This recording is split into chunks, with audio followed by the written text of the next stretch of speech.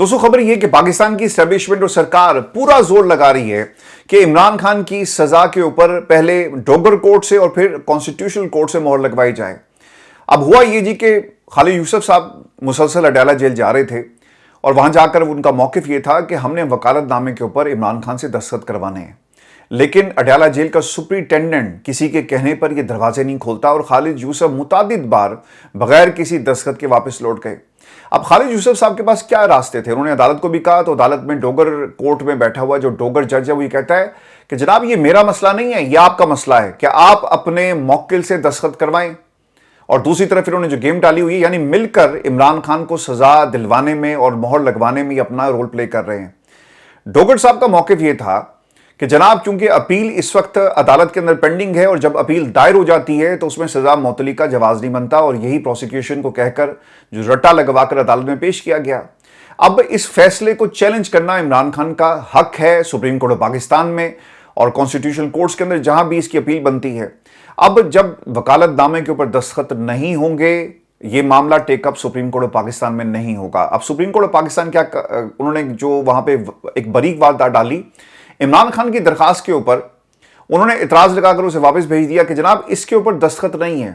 इन अकल के अंधों को ये सफेद बिल्डिंग में जो लोग बैठे हुए हैं, इनके काले करतूत और इनके काले फैसले इनको मजबूर करते हैं, जिनके नाम पर और जिनके हुक्म पर ये फैसले किए जाते हैं कि हमने किसी तरह इमरान खान के रास्ते को रोकना है। अब वहां पर भी इन्होंने एक मिली भगत से फैसला दे दिया और उसे इतराज लगाकर वापस कर दिया कि जाओ जाकर पहले इमरान खान की दस्तखत करवा के लाओ। नीचे से डोगर कोर्ट्स और ऊपर से जस्टिस जो अफरीदी साहब हैं वो ये काम डाल रहे हैं। अब इनके पास रेमेडी क्या है? या तो मजामत करें या फिर आप अडाला के बाहर जाकर एहतजाज करें।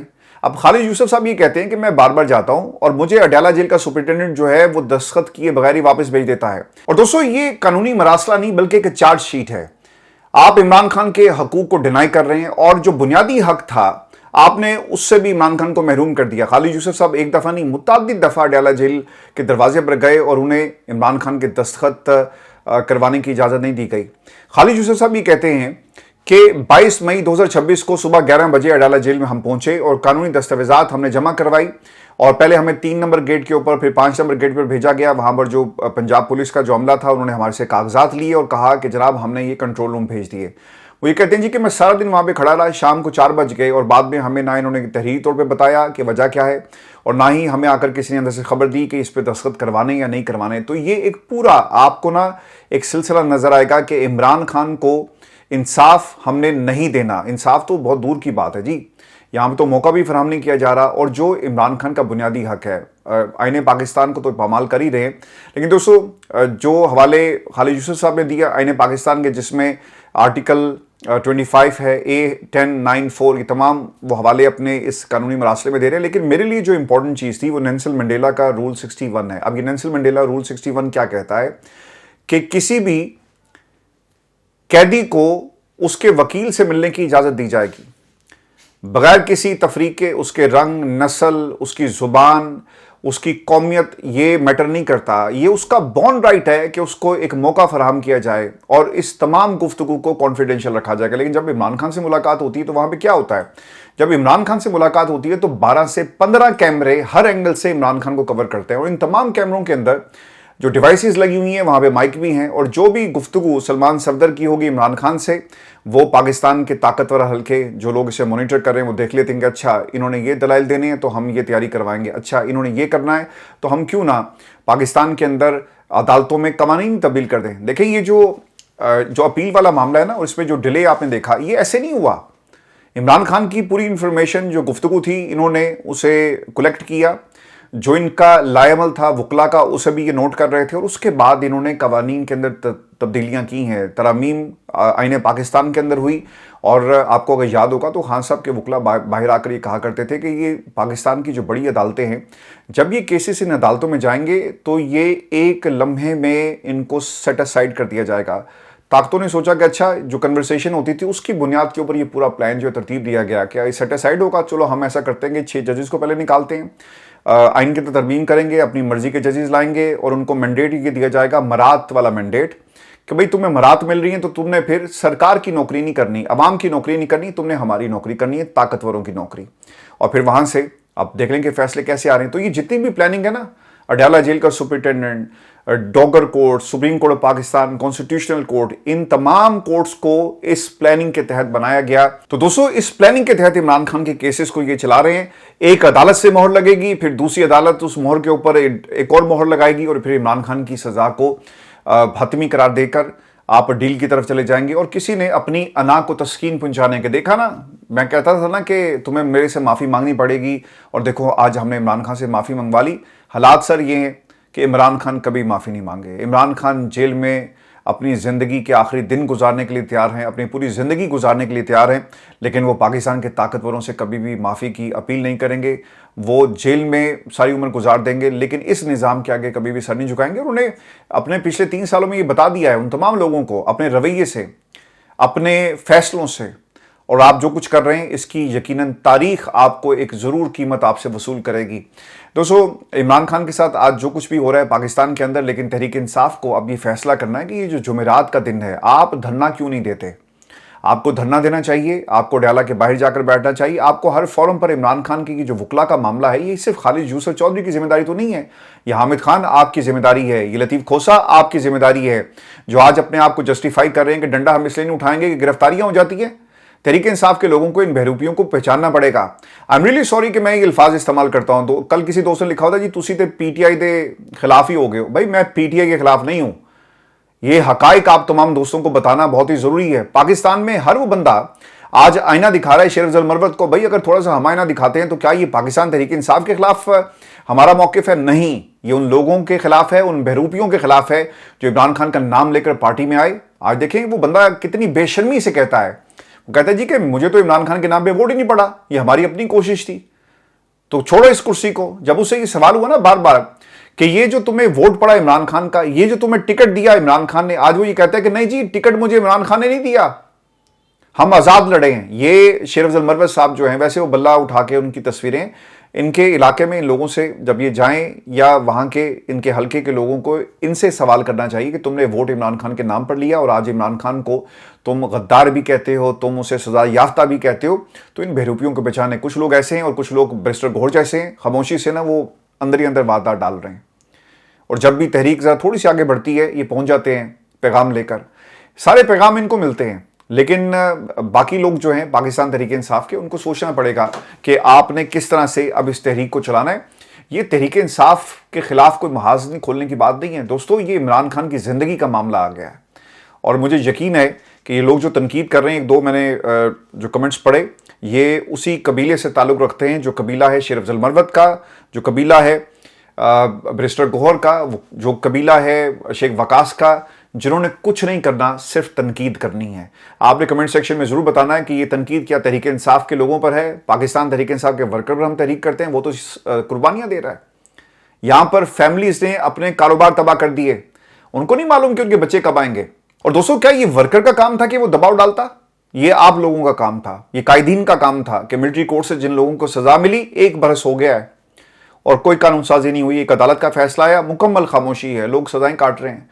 जब उस अपील की बात आती है, केस चला गया लाहौर हाई कोर्ट में, वहां पे पूछा गया कि जनाब सजा रिटर्न में मौजूद है, उन्होंने कहा जी कोई रिटर्न में मौजूद नहीं है, सिर्फ सुनाई गई थी और वो कॉपी हमारे पास नहीं है।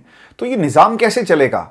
और अगर आप इन कायदीन के ऊपर भी तनकीद नहीं करेंगे तो फिर क्या होगा? ये काम आपका था, ये मैंडेट आपका था, लेकिन इन्होंने हर चीज को दोस्तों पाकिस्तान के अंदर कॉम्प्रोमाइज कर दिया। और दोस्तों, कमेंट सेक्शन में जरूर बताइएगा कि ये जो तनकीद की जाती है बैरिस्टर गौहर के ऊपर, बाकी लोगों के ऊपर, शेर अफजल मरवत के ऊपर, लतीफ खोसा के ऊपर, क्या ये नाजायज तनकीद है?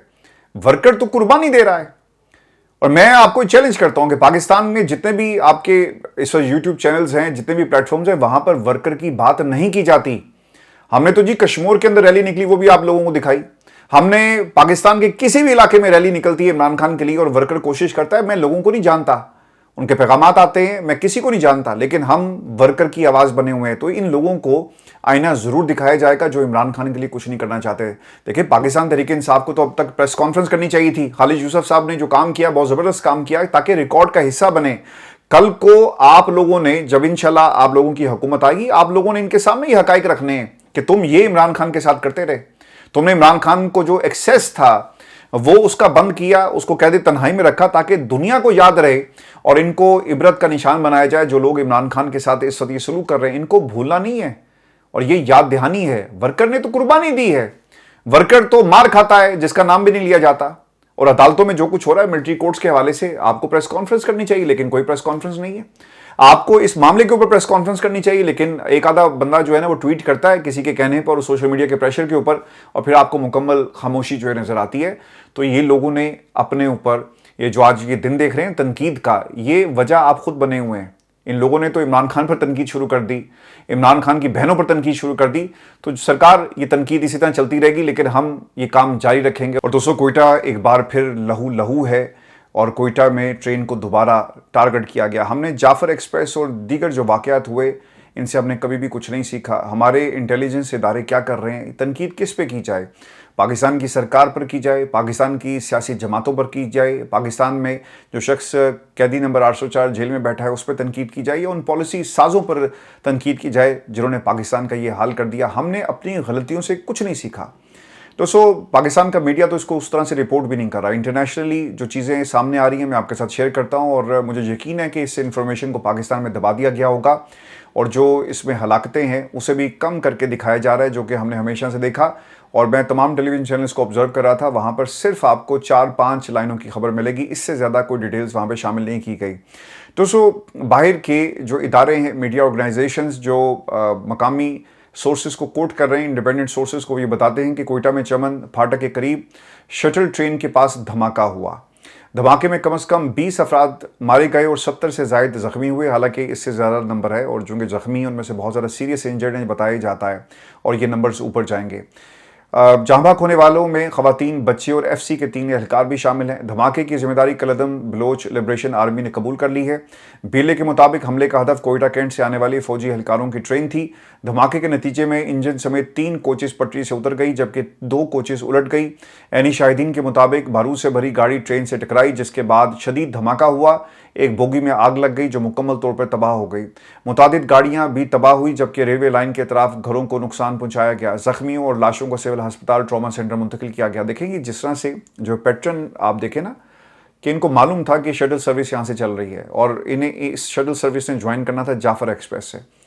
ये अंदर से कोई इंफॉर्मेशन इनको दे रहा है और पैटर्न को फॉलो किया जा रहा था। ये मुमकिन ही नहीं है कि इनको अंदर से इंफॉर्मेशन ना मिल रही है और ख़ुद ही ऑब्जर्व कर रहे हो। किसी ने अंदर से इनको इंफॉर्मेशन दी कि कहाँ से शटल सर्विस इसका आगाज़ किया जाएगा और ये कहाँ ज्वाइन करेंगे, और फिर देखें उसका नतीजा क्या निकला कि आज दोबारा से जो कोयटा है वो लहू लहू हो गया।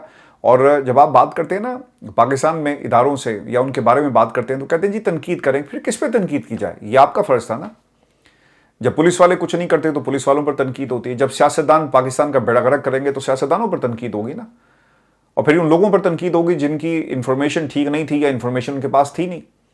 लोग रैकी करते हैं, मासूमों को टारगेट किया जाता है और फिर सारा गुस्सा आप एक जमात के ऊपर निकालते हैं। शहबाज शरीफ साहब ने जी, बुगटी साहब, बाकी सारे लोग जो हैं उन्होंने इसकी मजम्मत की है, और हुकाम के मुताबिक शटल ट्रेन के मुसाफिरों ने बाद में जाफर एक्सप्रेस में सवार होकर पेशावर जाना था, और ज़्यादातर मुसाफिर सरकारी और सिक्योरिटी एहलकार थे जो ईद की छुट्टियां गुजारने के लिए अपने घरों को जा रहे थे। मार्च 2025 की बात है जब पाकिस्तान में जाफर एक्सप्रेस को हाईजैक करने की कोशिश की गई, उसमें वो कामयाब भी हुए और लोगों को टारगेट किया गया। आज जितनी भी इस वाक़े की मजम्मत की जाए वो कम है। जो अनफॉर्चुनेट इंसिडेंट इसमें यह भी हुआ है कि जो आसपास गाड़ियाँ थी सबको आग लग गई। बताया जाता है कि 30 से 40 गाड़ियाँ थी जिनको आग लगी, आसपास की इमारतों को नुकसान पहुँचाए। तो ये अच्छा खासा एक बड़ा हमला था। अल्लामा राजा नासिर अब्बास और चकजई साहब की गुफ्तगू दोस्तों इस हवाले से, और वो क्या कहते हैं कि मुल्क की मौजूदा सिक्योरिटी सूरत हाल पर तशवीश का इजहार करते हुए उन्होंने कहा कि रोज़ाना 80 से 100 लोग जाँ बहक हो रहे हैं पाकिस्तान में। हलाकतों में सिक्योरिटी फोर्सेस, पुलिस और आम शहरी भी शामिल हैं, जो मुल्क की संगीन हालत की अगासी करता है। पाकिस्तान किसी इकाई का नाम नहीं बल्कि बलोच, पश्तून, सिंधी और सराइकी अवाम का मजमूआ है। अगर इन इकाइयों को इख्तियारात और एहतराम ना दिया गया तो मुल्क की सलामती को शदीद खतरात हैं। कबाई इलाकों और खैबर पख्तूनख्वा की ज़मीन संगमरमर, गैस, पेट्रोल और यूरेनियम जैसी दौलत से माला माल है। अफसोस के इतनी मादियात के बावजूद खटक बेल्ट जैसे इलाकों में लोग पीने के साफ पानी को तरस रहे हैं। 75 साल तारीख में किसी भी हुकूमत ने इन इलाकों के बुनियादी मसाइल हल नहीं किए। मकामी लोगों की आला शरअ तालीम के बावजूद उन्हें उनके कुदरती वसाइल से महरूम रखा जाता है। मुल्क बचाने का वाहिद रास्ता सूबों को उनके वसाइल पर इख्तियार देना और उनकी आवाज़ सुनना है। वो पहले ही चकजई साहब इख्तियारात ले रहे हैं आप लोगों से। तो चकजई साहब, वैसे आप भी बहुत ही मासूमियत का इजहार कर रहे हैं। जिस पार्लिमान के आप अपोजिशन लीडर हैं, कायदे हिज़्ब इख्तलाफ हैं, इसी पार्लिमान से 28वीं तरमीम को ही पास करवाने की तैयारी कर रहे हैं। वो तो पहले ही आपके हकूक़ कम कर देंगे। ये मिनरल्स, माइंस एंड मिनरल्स जो एक्ट है KPK के हवाले से, ये सारे फेडरल सब्जेक्ट बनने जा रहे हैं और ये तमाम इख्तियारात फिर वफाक के पास होंगे। वफाक जिस इलाके में चाहेगा, जो चाहेगा वो करेगा। उसमें सूबों के वसाइल और सूबों का जो हक आप जिस तरह से मांग रहे हैं, आपको हक नहीं मिलेगा। आप इमरान खान के एक जो वकालतनामे के ऊपर तो दस्तखत करवा नहीं सके, प्रेशर बिल्टअप नहीं कर सके, आप इतना बड़ा काम कैसे करेंगे कि सूबे के हकूक़ उनके लोगों को दिलवाए जाएंगे।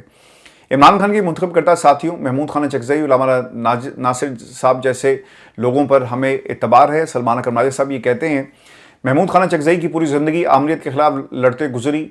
ये जंग सिर्फ इक़्तिदार की नहीं बल्कि पाकिस्तान को हकीकी आज़ादी दिलाने का मिशन है।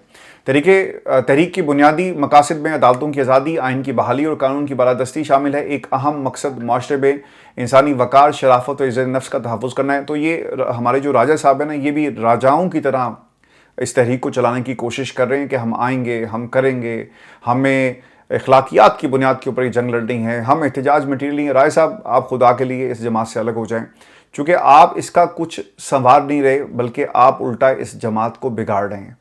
आप बहुत अच्छे वकील होंगे, आप हाउस ऑफ शरीफ की नुमाइंदगी भी करते रहे, आज आप इमरान खान के घर की नुमाइंदगी कर रहे हैं, लेकिन आपकी इन बातों से पाकिस्तान तहरीक इंसाफ का भला नहीं हो रहा बल्कि उल्टा नुकसान हो रहा है। और जब आप जैसे लोग इन कुर्सियों पर बैठ जाते हैं ना, जहाँ से रेजिस्टेंस, जहाँ से सवाल होना है, इन कुर्सियों पर बैठकर पाकिस्तान तहरीक इंसाफ का, इमरान खान का कोई फ़ायदा नहीं हो रहा बल्कि उल्टा नुकसान हो रहा है। जब आप इन कुर्सियों पर बैठ जाते हैं ना और वहाँ से आप इस किस्म की बातें शुरू करते हैं, यानी 20 नंबर का जो आपने ऐसे लिखा है एक ट्वीट की शक्ल में, खुदा के लिए बाज आ जाएं, चूँकि इन बातों से, इन तहरीरों से इमरान खान को रिहाई नहीं मिलेगी और ना ही आप एहतजाज मटीरियल हैं, तो उल्टा पाकिस्तान तहरीक इंसाफ का और वर्कर का नुकसान कर रहे हैं। आपको चाहिए था मिलिट्री कोर्ट्स के ऊपर बात करते, आपको चाहिए था कि इमरान खान का जो वकालतनामा है इसके ऊपर कोई लीगल लायमल इख्तियार किया जाए, कोई तहरीक चलाई जाए। आप की वकला के अंदर और जो बार्स के अंदर आपका एक असर रसूख है, लेकिन आप उसे इस्तेमाल ही नहीं करते। आज आपके इलेक्शन होंगे ना, आप कहेंगे इमरान खान को रिहाई दिलवाएंगे, आपको वोट पड़ेगा इमरान खान के नाम के ऊपर, लेकिन इमरान खान के वकालतनामे के ऊपर दस्तखत नहीं हो रहे, कोई तहरीक नहीं चलती। जिनसे आप जाकर वोट मांगते हैं, आप हामिद खान, लतीफ़ खोसा, जाकर तहरीक चलाएं ना, ले जाएं 2-3 हज़ार वकला को सुप्रीम कोर्ट को, पाकिस्तान के बाहर बैठ जाएं। क्या ये आप कर सकते हैं? आप नहीं कर सकते, क्योंकि आपको मालूम है कि भाई हमने इमरान खान को एक कमोडिटी बनाया हुआ है और हम इस्तेमाल करेंगे। दोस्तों, ये सिर्फ पाकिस्तान में जो आपके जनरल इलेक्शंस हैं, यहाँ पे इमरान खान का या फिर इन कुर्सियों पर बैठने वालों का ये काम नहीं है कि सिर्फ नाम इस्तेमाल करके और वोट हासिल करके मैंडेट इमरान खान के नाम का आपने इसे एंजॉय कर रहे हैं। ये वकला भी यही काम कर रहे हैं और पिछले 3 वर्षों से ये करें। हर बार का इलेक्शन इमरान खान के नाम पर लड़ा जाता है और मैंने आपको तो बहुत पहले कहा था कि ये वकला पार्टी बन जाएगी और आज देखें कि वकीलों की पार्टी बन गई है और ये पार्टी कर रहे हैं और इनका इमरान खान की रिहाई से कोई ताल्लुक नहीं है। और दोस्तों, मैं चकजई साहब को सुन रहा था, उन्होंने एक जुमला कहा खान साहब के हवाले से। वो ये कहते हैं कि ये तहरीक इंसाफ की खुशकिस्मती है कि इमरान खान अभी तक टूटे नहीं और सियासी निज़ाम की ये खुशकिस्मती है कि इमरान खान आज भी डट के खड़े हैं, क्योंकि एक उम्मीद है ना, अगर इमरान खान भी कॉम्प्रोमाइज़ हो जाए तो फिर पाकिस्तान में तो फिर एक डिक्लेयर्ड मार्शल लॉ है कि तमाम लोग मिल गए और फिर उनका मुकाबला, यानी अगर कोई अवाम की नुमाइंदगी कर रहा है वो इमरान खान, और अगर इमरान खान भी नहीं होगा तो जमहूरियत की नुमाइंदगी कौन करेगा? पाकिस्तान के अंदर हुकूमतें तो कभी भी आपकी नुमाइंदगी नहीं करेंगी, क्योंकि उन्हें एक रास्ता मिल गया है कि हमने गेट नंबर 4 पर हाज़िरी देनी है और फिर वो जो कहेंगे हम वो करेंगे। इमरान खान को किसी खुफिया डील के बजाय इज़्ज़त और वक़ार के साथ रिहा होना चाहिए और इमरान खान ने कोई ऐसा जुर्म या कत्ल नहीं किया जिसकी बुनियाद पर उन्हें कैद रखा जाए। आपने ये जुमला कहा ना कि इमरान खान को किसी डील के बजाय इज़्ज़त और वक़ार के साथ रिहा होना चाहिए। देखें, इमरान खान तो अपने हिस्से का काम कर रहा है, चकजई साहब, लेकिन पाकिस्तान तहरीक इंसाफ के ये जो कायदीन है ये काम नहीं कर रहे। तहरीक चलाना तो बहुत दूर की बात है। देखिए, ये जो मंगल वाला जो हमने शो देखा लास्ट मंगल को, अगर बहनें डट के ना खड़ी होती तो हमें कभी भी इस तरह की रेजिस्टेंस नज़र नहीं आती। देखिए, ये खुशकिस्मती आप लोगों की है कि आपके ऊपर इमरान खान ने भरोसा किया। ये खुशकिस्मती पाकिस्तान तहरीक इंसाफ के उन लोगों की है कि ये धोखा बार बार देते हैं, लेकिन वर्कर आपके साथ खड़ा हुआ है। सोहेल अफरीदी, अलीमा खान सड़क पर आई, तहरीक इंसाफ का वर्कर भी आपके पीछे चल पड़ा। ये आप लोगों की खुशकिस्मती है। और वजह क्या है? ये ताल्लुक़ क्या है वर्कर और आपके दरमियान? वो इमरान खान है। ये बुनियादी, अगर कहा जाए ना कि एक बुनियादी, एक मुश्तरका कोई चीज़ है तो वो इमरान खान है।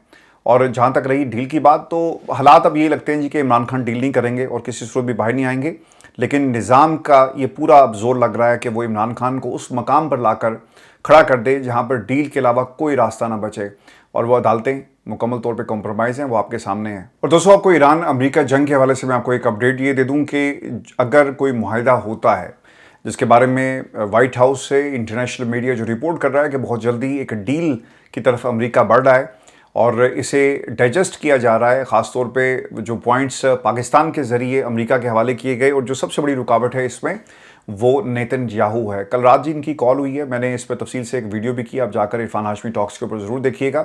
लेकिन दोस्तों, जो इसके बुनियादी पॉइंट्स हैं वो मैं आपके साथ शेयर कर देता हूँ तफसीलात के मुताबिक। एक तो जो इब्तदाई जो चीज़ें हैं वो डिस्कस की गई हैं, और ये भी बताया जाता है कि इस पूरे MOU को इस्लामाबाद डिक्लेरेशन का नाम दिया जाएगा, जो पाकिस्तान की एक बहुत बड़ी कामयाबी है।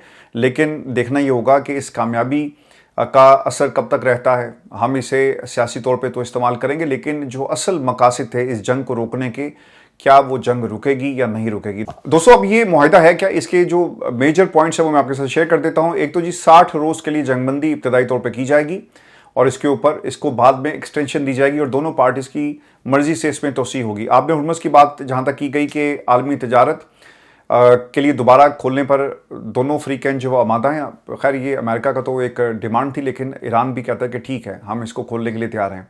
फिर आपने हुर्मुज़ में किसी किस्म का टोल टैक्स या इजाफी फ़ीस जो है वो किसी को अदा नहीं करनी पड़ेगी। जंगबंदी के दौरान ईरान के जोहरी प्रोग्राम पर मुज़ाकरात जारी रहेंगे।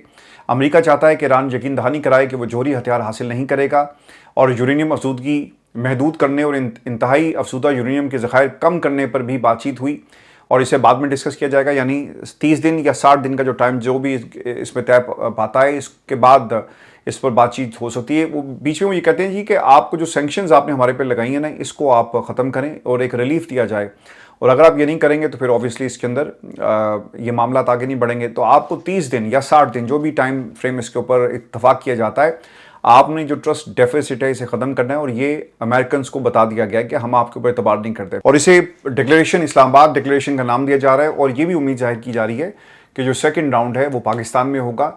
यानी पाकिस्तान की जो सरकार है वो मुकम्मल तौर पे इस पूरे इवेंट को, इंटरनेशनल इवेंट को निचोड़ेगी और अपने पॉलिटिकल मोटिव्स के लिए इस्तेमाल करेगी। आई एम रियली सॉरी, मैं ये लफ्ज़ इस्तेमाल कर रहा हूँ। डिक्लेरेशन पाकिस्तान, इस्लामाबाद डिक्लेरेशन, ये पाकिस्तान की कामयाबी है, लेकिन हम अपने पॉलिटिकल मोटिव्स के लिए 78 वर्षों में ही काम करते आए हैं, और आज भी ये काम जो है वो दोबारा से होगा।